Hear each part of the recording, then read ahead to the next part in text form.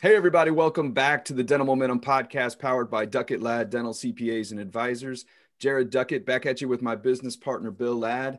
And Bill, we are going to dive into the tax word today, my friend. We are going to talk about taxes. And I don't know, I might be wrong. Have we talked about much taxes so far on the podcast? We really haven't. I think we spent a lot of time talking about business principles and things to kind of set yourself apart. But, we are CPAs and we have played in this world for a long time. And specific to the topic today, we played in the real estate world for a long time. And this is really an exciting topic. I think it's something that most people know about, but really don't understand. So I think we're going to get some great information, Jared. Yeah, no, you're exactly right. I mean, we cut our teeth on real estate, and today we're going to specifically talk about cost segregation studies. If you haven't heard of it before, make sure, stop what you're doing or really hone in on listening to this one, because this is a really important topic. And I want to disclaim at the beginning, got to throw it out there that we're going to talk about taxes, but broad level, okay? Every person's specific instance is different. So we can't speak to exactly your situation. So we always say it, hey, take a listen. Go to your specific, advisor, ask them the specific questions on your specific situation. Okay, got that out of the way. So let's dive in. So today, guys, we have Kim Lochridge with Engineered Tax Services. She's the executive vice president and is going to be our expert, let's say, today on cost segregation studies. So Kim, appreciate you joining us. Thanks, Jared. Thanks, Bill. I appreciate you having me. So let's just dive right into the topic. And let's say a viewer out there is like, what in the world are you talking about, Jared? Cost segregation study. What is that? Never heard of it. Just give us like a brief, like what is a cost segregation study and how does it work? Or really, what is it? Yeah, it's a great question because I think there's a lot of myths out there. There's, all kinds of recordings on podcasts and, bigger pockets and things like that. And I think there's a lot of people that are confused about it. In fact, so much so that I wrote an article a couple of years ago that was published in Accounting Today about the myths around cost segregation. And I know that you guys are probably familiar with it. There are some myths because I think and I'll just kind of in a nutshell, I think some people try to build a house with a hammer. And if a cost seg is a hammer, you can't build a house with just a hammer. You need lots of tools. And I think the people that go into building a house with a hammer, or they try to use cost segregation and just that and really don't do anything else, sometimes you can get burned. So you really need to have a professional who understands these types of studies or these types of tools to be able to move forward. But in essence, cost segregation is just a different method of accounting. Kind of like, if you know anything about accounting, you have a cash basis or you have accrual basis. Are you paying taxes based on what you've invoiced, or are you paying taxes on what you actually received? So there's a difference. And so most people who are in business understand the difference between cash and accrual. Are you cash or accrual? The banks always ask that. It's just a different method of accounting. Both are accurate and both are legal and you can use it. It's just your choice. Okay. Cost segregation is kind of the same thing. It's just a different method of accounting when it comes to depreciating your building. On straight line depreciation, which is kind of the norm, you will buy a building and say a commercial building, and you have to depreciate that building over 39 years. So you get a 1/39th deduction every year for the devaluation of that building. Okay. That's called straight line depreciation. Cost segregate, or call it cash basis, right? So one of the two. Sure. And so then when you do a cost segregation study, we go in and break down the different components of the building, and we're able to put different components in different class lives. So essentially, instead of depreciating the entire building over 39 years, which no component of that building is going to last 39 years anyway. So the IRS gives us an alternate method of depreciation, but they say in order to do this or use this method, you have to do ABC, which one of the things is doing a cost segregation study, which means that you have to have a professional go into the building, break down the components. So you're not just depreciating an entire building, you're actually depreciating thousands of components of that building.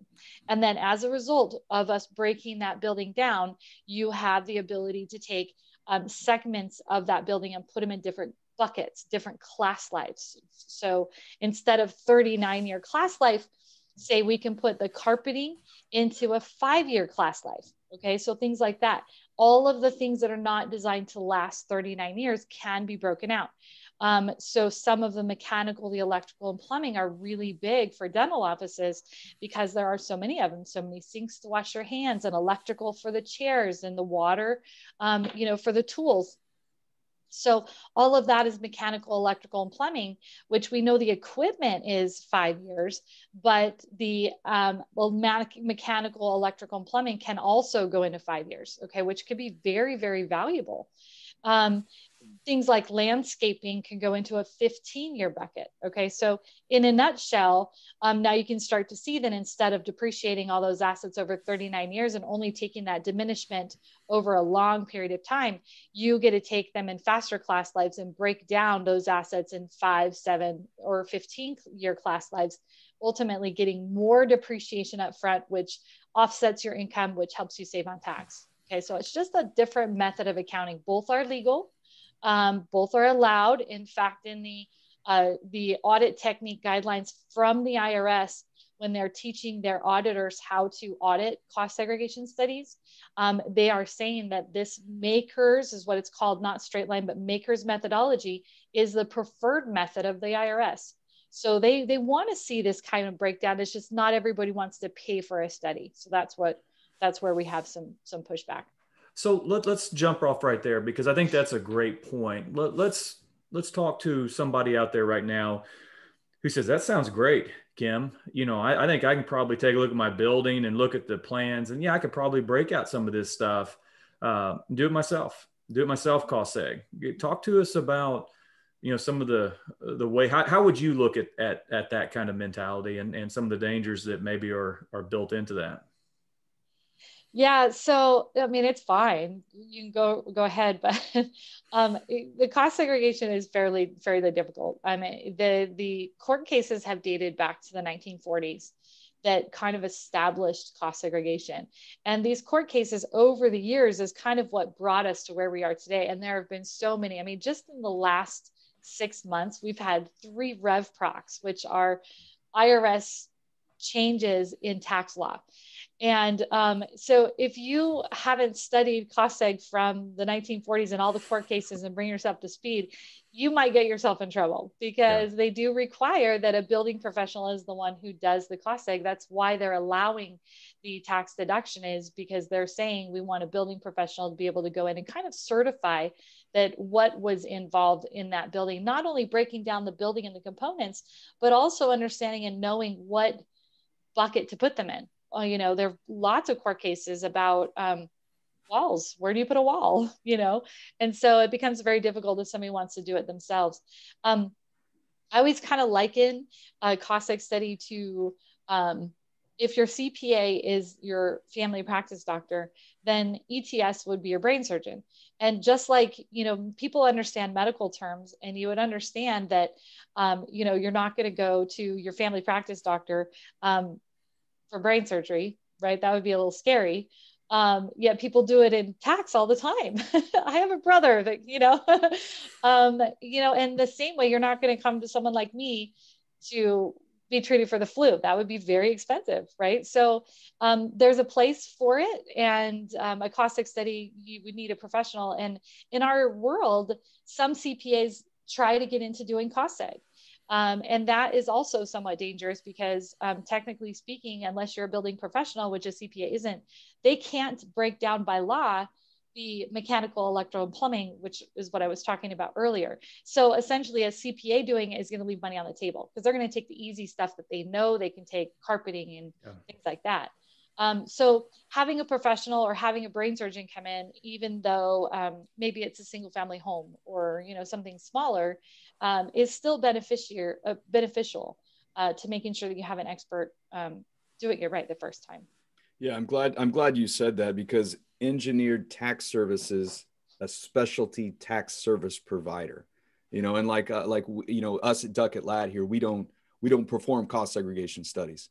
Like that example you said is perfect. We refer individuals to you guys, because this is what you do. You provide specialty tax services. So hit on, and I'm terrible. I always do examples, right? I can't talk unless I talk in examples, but I'm going to speak to dentists here. You've got a dentist who built their own building this year. Let's just say this year, brand new construction. Okay. This year, placed in service whenever, October 1st. Typically, let's say a big portion of that is going to go to 39 years. You're going to break out land, but then a big portion is going to go to 39-year asset. And 1/39 of that is going to be depreciated over time. Now, you mentioned the cost segregation study is going to take that and dice it up, if you will, into different asset classes, 5-year, 7-year. You mentioned 15-year for land improvements. And that dentist out there thinking, okay, that 15-year, I'm going to get that almost, a little more than twice as fast now, because 15 and to compare to 39 years. Hit on the benefits of moving some of that down to 5, 7, and 15 years, and maybe getting that a little quicker with bonus and how that would work. Okay. So let's give like real examples, like dollars. So that way it will help people to understand, cognitively. So for every $1 million you spend on a building, if you didn't do a cost segregation study, you will be able to depreciate $25,641 every year. And that will go against your income. So it will reduce your income so you don't have to pay tax on that $25,000. Okay. So that's for every $1 million. Probably a dental practice with a building over $1 million is probably going to be grossing revenues higher than that. Obviously they have payroll and they have other offsets, but this is just a little extra to help, offset some of that income, but it probably won't cover everything. And let's be very clear that cost segregation, this is where a lot of people get hung up on it. Cost segregation is kind of a time value of money is what we hear, because you're still depreciating the same amount of money. You're still depreciating the $1 million, whether you do a cost seg study or not. And I've had actually a CPA last week basically told their client, well, I just don't, understand why you would want to do a cost seg, because you're going to get the money now or you're going to get it later. Why not just get it later, and not do a cost seg?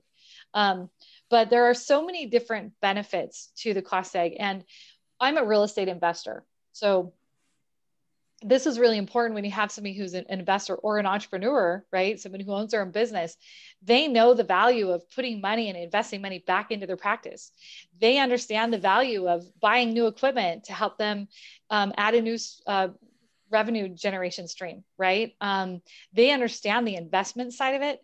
And sometimes when I hear CPAs, tell their clients that, it tells me they don't understand the entrepreneurial side of it. And so, it's like, well, sometimes that's out there, and so with that $25,641, okay, and let's just, for the rest of this, let's just call it 25,000. Okay. So I don't have to keep saying the 641. But people always come back and correct me if I round them up or down. So let's just make sure that, okay. So the $25,000 a year.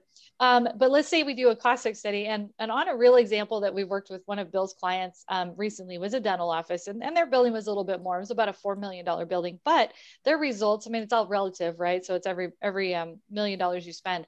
So their results on that were a little more than 30%. So let's just round it down and let's just call it 30%. So what that means is, and there were a couple different buckets, just like we talked about. So 20% of the building components were placed and reclassified into a 5-year class life.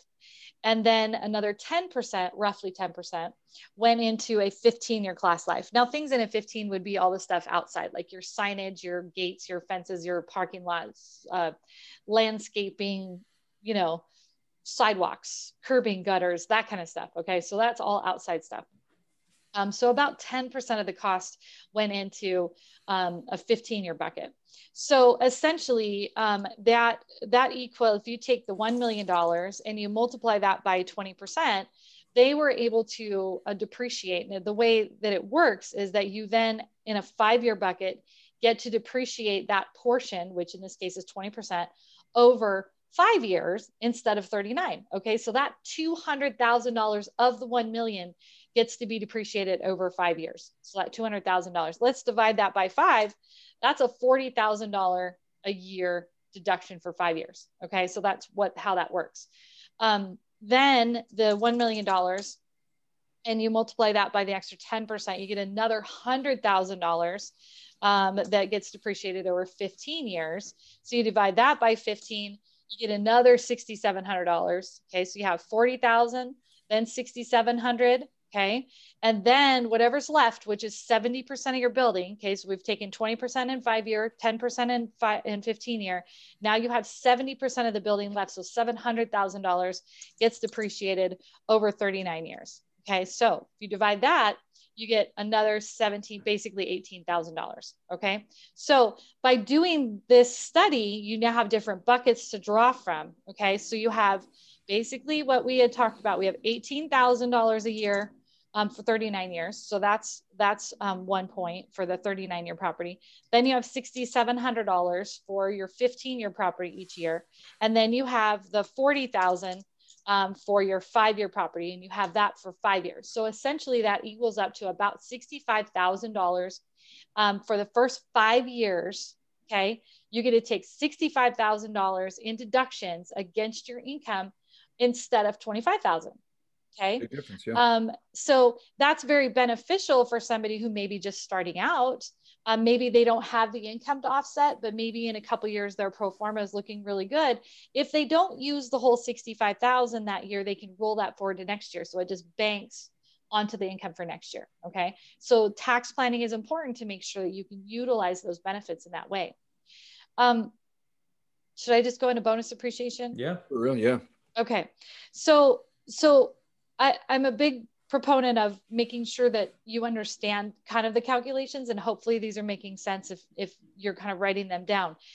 So if you remember, what we had talked about is that essentially $200,000 was shifted into 5-year property, $100,000 was shifted into 15-year property, and then we had $700,000 still in 39. Okay, just as a recap, this was a result of our cost seg study.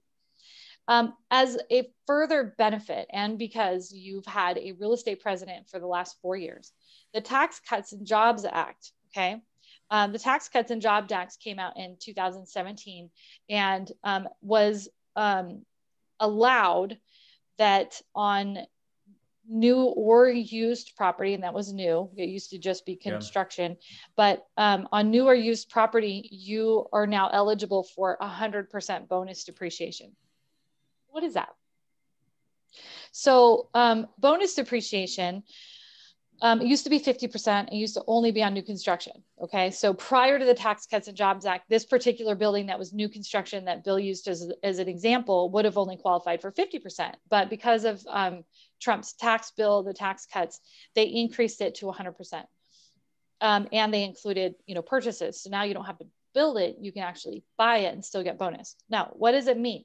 So 100% bonus depreciation means that if you allocate anything to a class life in your building less than 20 years, then you get to apply 100% bonus depreciation to those buckets, which means that you don't have to wait the 5 or 15 years for it. You get to take the bonus depreciation in year 1. Okay. So in Bill's example, you finished the building, the construction in October of 2020. Okay. And we did a cost segregation study and we got those results we talked about. Okay. The 20%, the 10%, and then the 70% stayed in your 39-year class life. What that means is that the 2 buckets, the 5 and 15 year that we reclassified, totaling 30%, 20% and 10.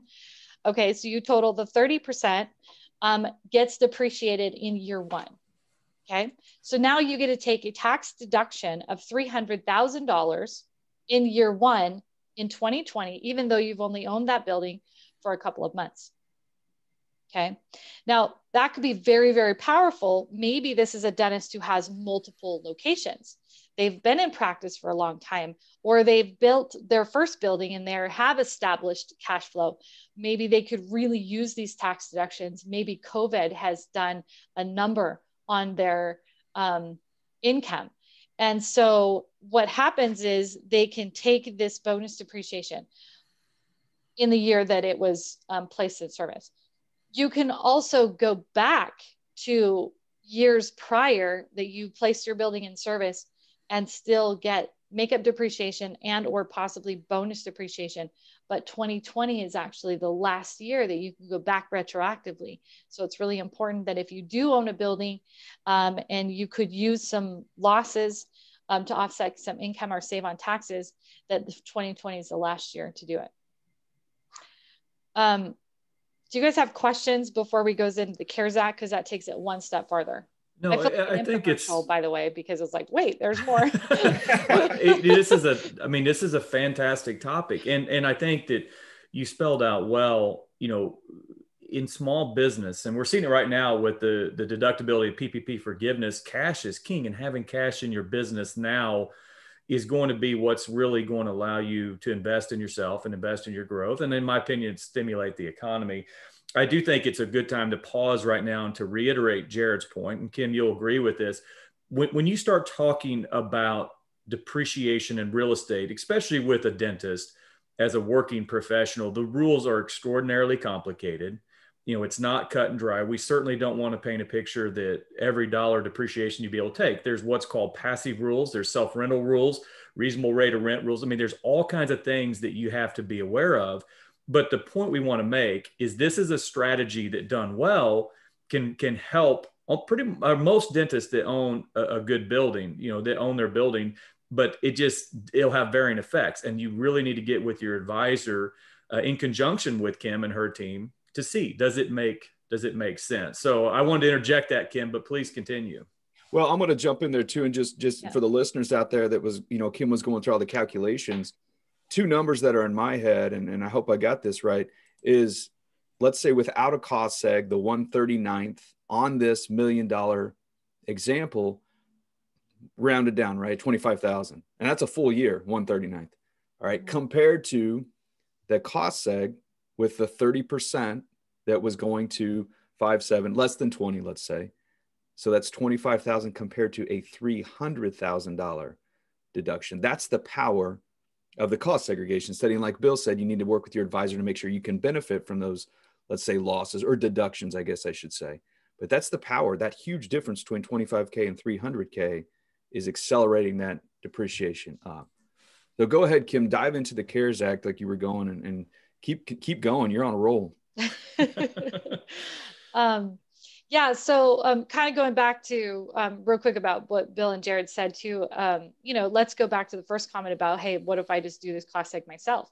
So let's just say that you decide that you want to dive in and really understand this and just do your own cost seg, and that you spent all this time researching how to do the cost seg, and then you're super proud of yourself and you bring all the numbers to your CPA, and your CPA is like, well, you can't really use these. So, you know, because maybe there's a potential of the way you're structured. And so again, I being a brain surgeon, I would never suggest somebody to come to me and ask me to do brain surgery on them without me conferring with their family practice doctor, because I don't know their family history. I don't know their medical history. I don't know what they've been struggling with. I don't know what drugs they're taking. And I'm going to go in and do brain surgery, and it might make things worse, you know? So nobody would ever even think of going to a brain surgeon without talking to their family practice doctor first, right? Their trusted advisor. And so when we start putting these terminologies into medical terms, I don't know why it is that people talk about finances and tax and they freeze like a deer in headlights and they get so nervous.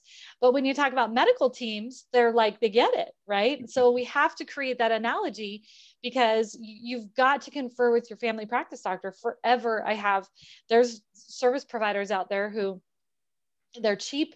They don't do any consultating. You know, basically they just say, yeah, they sell people, are really good salespeople, and they sell you on a cost seg study. And I've seen it so many times where I work with the CPAs, and the CPA will come back to me. He's like, yeah, I had my client come to me with a cost seg study. He can't use it. And the people didn't even tell him they can't use it. They didn't confer with the family practice doctor, right? And so we pride ourselves in making sure that we ask the right questions about how they're structured and what makes a difference, right? So anyways, I got off on a tangent. Well, there's one more piece to this, and I think I'll be done after that as far as all the benefits, because I do start sounding like an infomercial. But so just the benefits of cost segregation that we talked about, that is good. It's better than not. Then you have layered in the opportunity for bonus depreciation. And let's just be clear about bonus depreciation. It goes to a certain extent through 2026. So in 2020, you still have 100%. In 2023, so 2021, 22, you're good. 2023, it starts to phase out. It begins to sunset. And that means that in 2023, it drops to 80%. Then the next year, 60, then 40, and then 20. And in 2027, there's no bonus depreciation scheduled. Okay. So this is just here for a period of time. So if you can use it, it is a fantastic tool to build your house. Okay. Now let's talk about the cost segregation study, the bonus depreciation, and then also another part of the Tax Cuts and Jobs Act that a lot of people don't know about. Sorry, not the Tax Cuts and Jobs Act, but the CARES Act that came out that further enhanced. So the CARES Act gave us the opportunity to, if a company is having losses because of COVID, financial difficulty, part of the CARES Act stimulus package was that if you have losses, and most of the time, if you have losses, you carry them forward, okay? But the CARES Act came out and said, if you have losses for 2019 and 2020, we are going to give you the ability to take those losses and carry them back to 5 previous tax years where you would have paid tax and maybe times were better and you had more income, so that you can then get a refund back on the taxes you paid up to 5 previous tax years. Okay, this is huge, folks. Yeah. This is huge in conjunction with cost segregation, because cost segregation creates net operating losses. Okay, so if you bought a building or built a building that was placed in service anytime in the past, okay, now would be a fantastic year to go back and look at doing a cost seg study, bring forward those losses into 2020, and then carry them back to 5 previous tax years. It sounds pretty complicated, but it's a huge tool in creating those net operating losses. And now when times are tough and your income isn't as good, you don't need losses, but you need to get refund, you need cash flow. This is a way to carry those losses back to 5 previous tax years and get refunds on taxes you've already paid. How often does that happen where you get that? So the Tax Cuts and Jobs Act that was enacted by Trump, and the CARES Act that was also put forth by the Trump administration, are huge tools to get cash in your pocket today, in addition to the PPP and the EIDL. So I think that's a really great, 1-2 punch. We've actually, seen real estate professionals we work with who have been able to do it. It's worked really well. Again, you'll want to talk through, the active and passive losses with your advisor. But Kim, let me throw you a curveball here, because you walk through the natural progression of the Tax Cuts and Jobs Act and how it kind of winds down towards the end. Put on your prognostication hat. I mean, you're looking at the way the elections turned out, and obviously we got another runoff election that may change Congress. Do you have any thoughts about whether bonus will run its course through the Tax Cuts and Jobs Act, or do you have any concerns that maybe that will be removed from tax law, or what's your thoughts on that? Yeah, it's very interesting because I'm also on the tax committee for the Real Estate Roundtable in Washington, D.C., and we're very close to the Tax Cuts and Jobs Act. We actively collaborated on the terminology, and as well as the CARES Act. So we're intimately involved with those. In Biden's tax plan, he plans to do away with the Tax Cuts and Jobs Act, which would be very difficult to do because there's so many different components of it, right? Tax Cuts and Jobs Act also includes Opportunity Zone, right? Which help impoverished communities.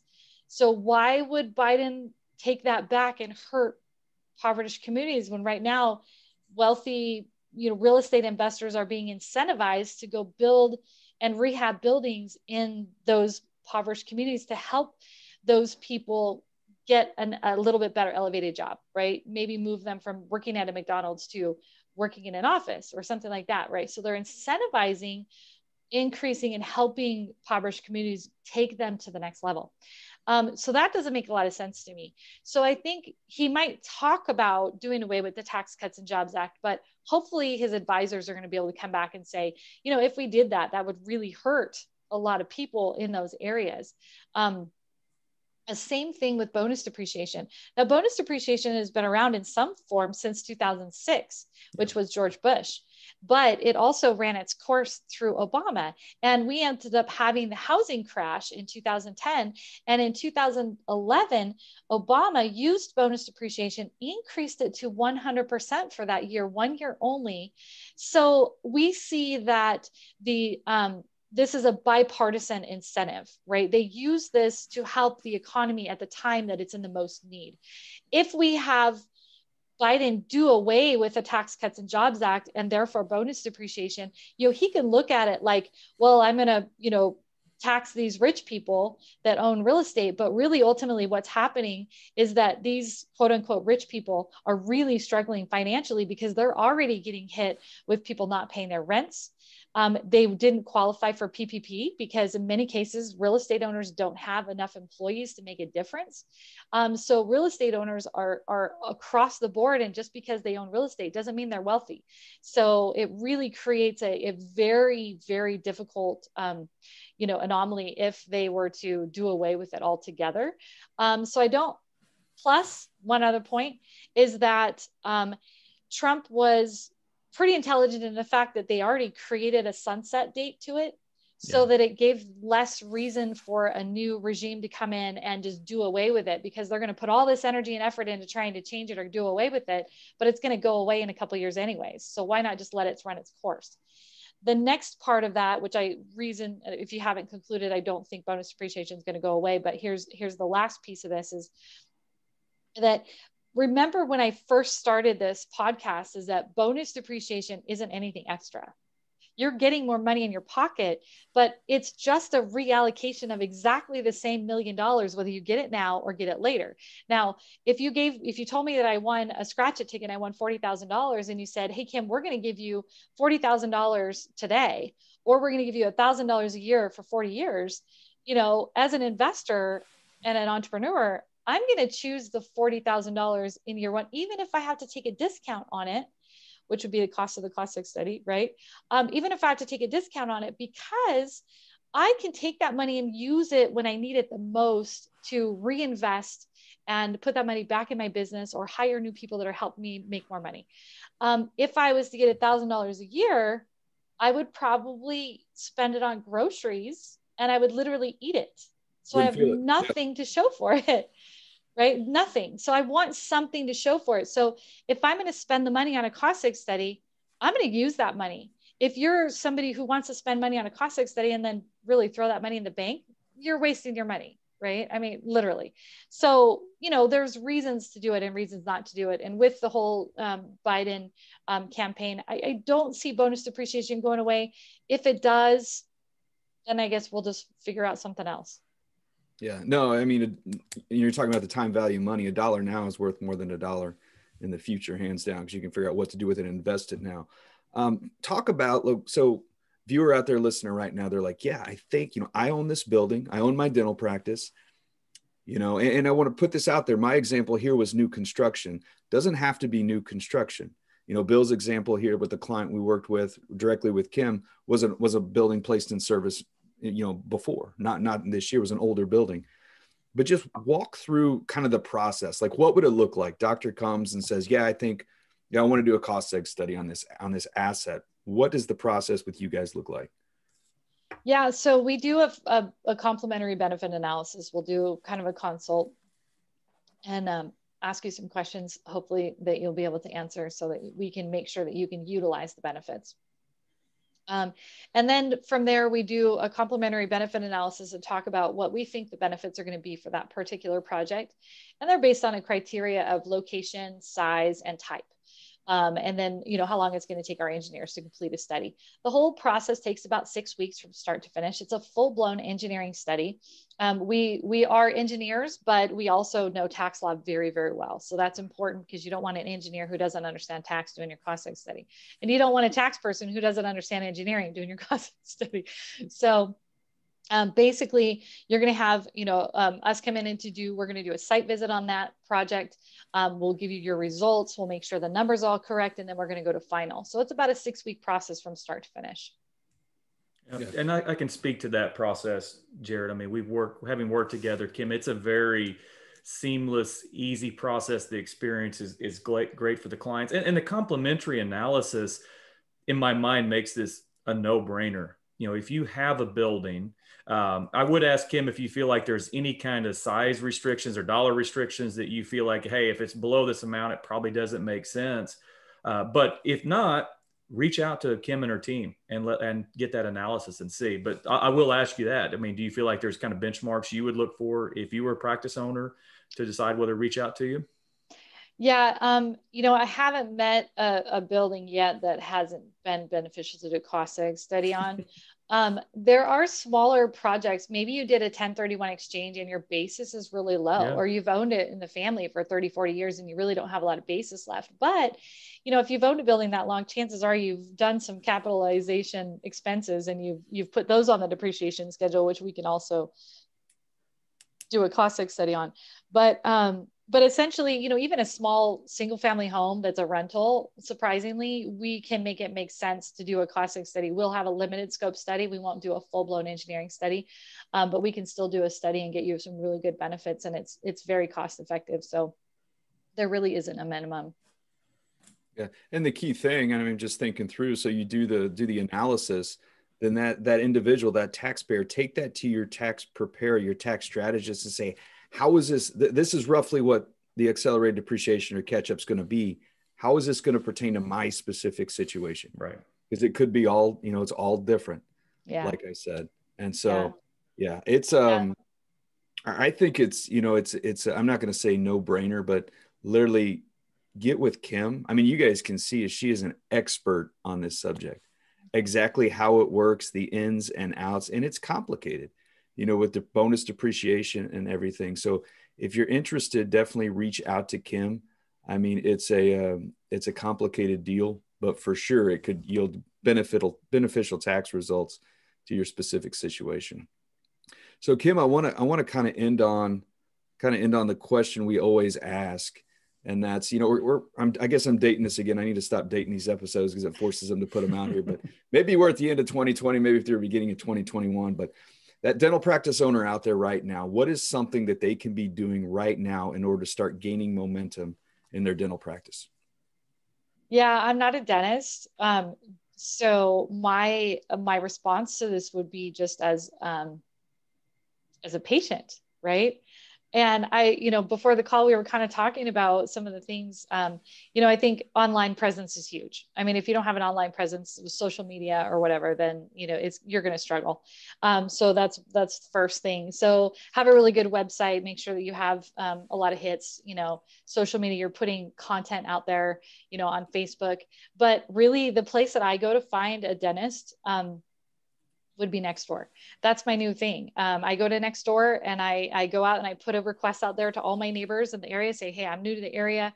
Can you tell me, who's a good dentist? Give me your feedback. And you'll have all the comments coming in.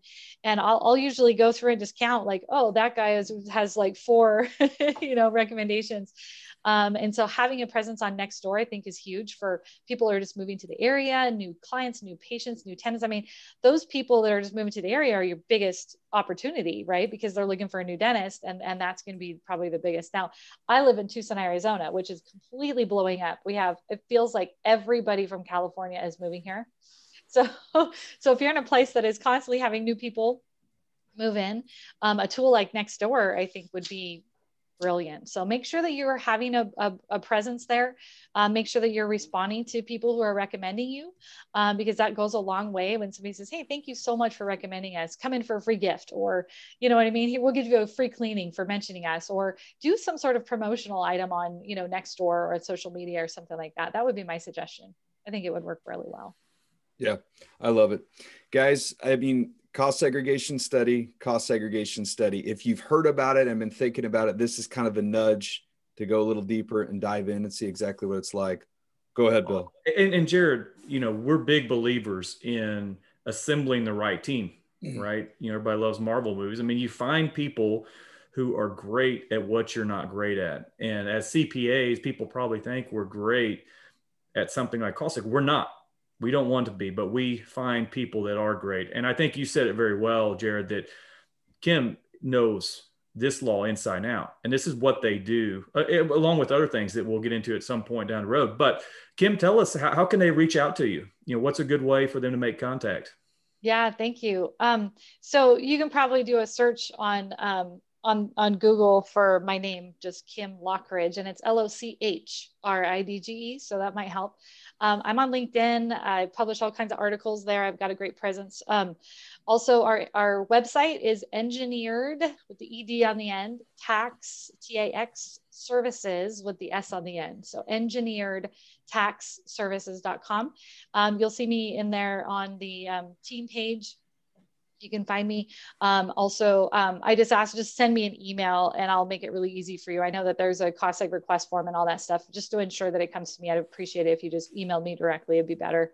Or at least mention my name so that they can get it back to me. And I want to be able to recognize Bill and Jared that information comes from this podcast. We do track it.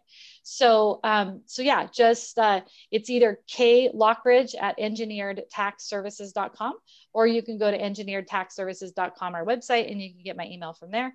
And I'm Kim Lochridge, and thank you so much for listening. No, we appreciate you having us for sure. So like I said, every episode, guys, double S, double R, right? If you've heard this episode, I'm sure there's somebody out there that you could share this with.